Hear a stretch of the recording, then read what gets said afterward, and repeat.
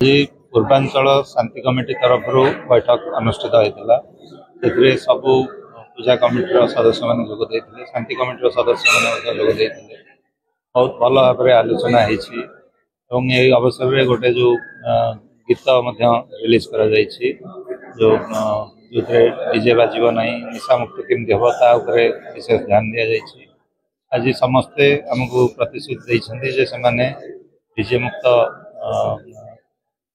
पूजा करेंगे प्लस निशा मुक्त पूजा करेंगे। तेणु आम समस्ते मिलमिशिकी कमी शांतिपूर्ण भाव में हम से आम समस्ते चेष्टित। डीजे गाड़ी ही अलाउ करा डीजे जोटा बास हो कि जाओ केवल आमर जहाँ हाइकोर्ट का निर्देश रही 6टा म्यूजिक बॉक्स से अलाउ करा अन्यटा अलाउ कर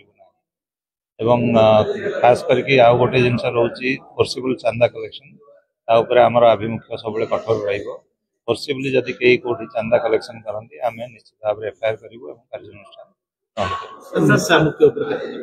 निश्चित भाव में भल पदक्षेप गोटे जेहेतु समस्ते पूजा कमिटी तरफ से प्रतिश्रुति देते से दिगरे काम करेंगे। प्लस आमर गोटे जो गीत अवेयरनेस करने बढ़िया गीत कर अवेयरनेस करेबू। समस्ते चेष्टा कले निश्चित भाव में आम से दिगरे अधिक प्रोग्रेस कर।